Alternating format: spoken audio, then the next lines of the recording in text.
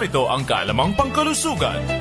Heartburn ang tawag sa karaniwang sintomas ng acid reflux. Kahit wala itong kinalaman sa puso, nakuha nito ang pangalan dahil sa burning sensation nito sa dibdib. Lumalala ang sakit kapag nakayuko, nakahiga o pagkatapos kumain. Ang mga sumusunod ang iba pang sintomas ng acid reflux tulad ng maasim na panlasa, pananakit ng lalamunan, tuloy-tuloy na paglunok o pagdighay, bloated o pakiramdam na puno ang tiyan, nausea at pagsusuka at chest pain. Para sa iba, kusang gumagaling ang acid reflux pero may mga over-the-counter antacids at prescription medication na pwedeng ibigay ang mga doktor.